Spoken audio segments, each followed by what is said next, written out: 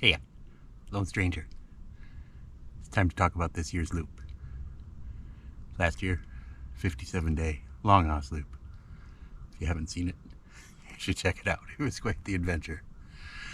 This year, we got something different in mind, calling it the CohFrontAT loop. We are going to do a loop that'll take us through New Hampshire, a bit of Canada, and some Maine, back into New Hampshire.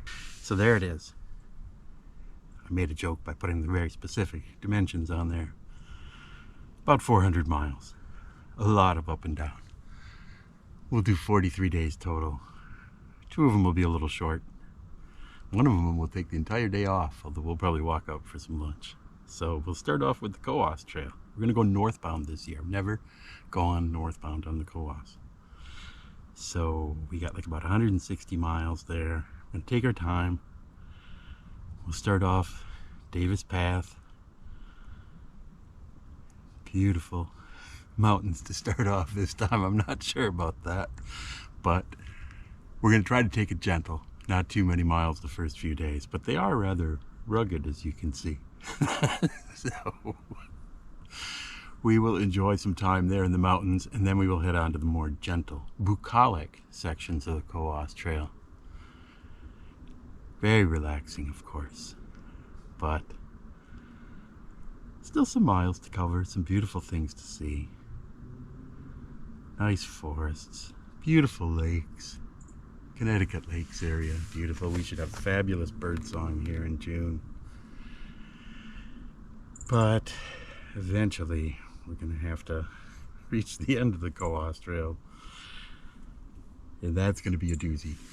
After the Cohos Trail, we are going to do something they call the Sentier Frontaliers. Frontalier? I don't speak French, sorry. Sentier Frontalier.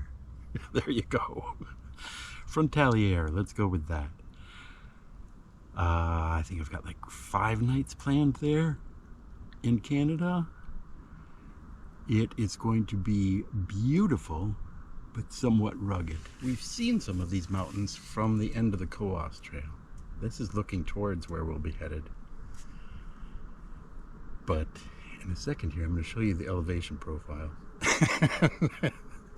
This is why it's taken us 5 days or 6 days to cover that ground, because that is some jagged stuff. It just goes up and down and hits each of those peaks along the border. It's literally the border trail. If they let us back into the United States, got a day and a half on the road, gets us down to Stratton. Gonna spend a 0 there, fatten up a little bit, pick up a resupply. And then we'll head up actually north into the Bigelows. I haven't been up there in 8 years, I think it's been, 7 years. But we will climb up to Horns Pond, set up a camp, and then we're gonna day hike up onto the Bigelows and hopefully make it all the way out to Avery Peak. So, assuming good weather, those should be spectacular. But really, the rest of the trip is spectacular. We are doing Western Maine mountains on the AT over and over and over again. And we're going to hit a few sections I've never seen before, so it'll be exciting for me. Hopefully you'll have a good time too.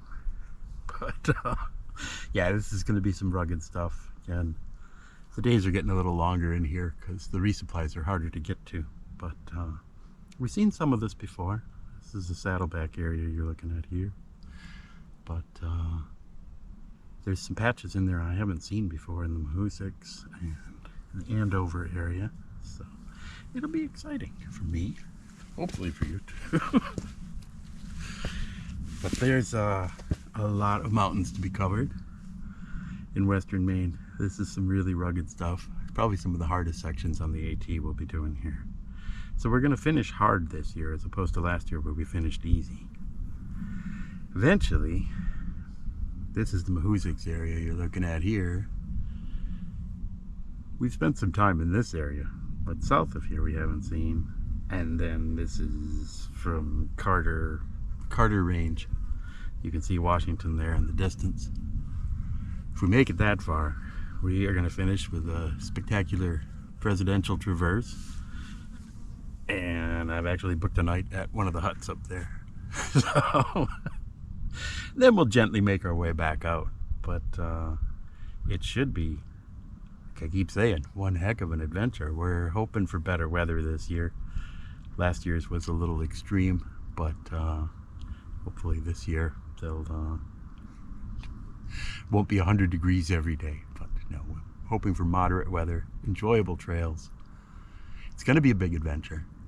I'm going to be trying to post from the trail, but Wi-Fi is rather limited on this route, so I'll probably be posting like a week or 2 weeks at a time, and then I'll disappear on trail for a while. So subscribe if you want to follow along.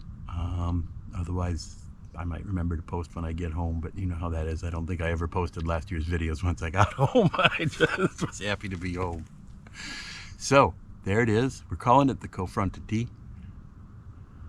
Cohos Sentier Frontaliers. I got to say that properly when I try to get into Canada, or they won't let me cross the border.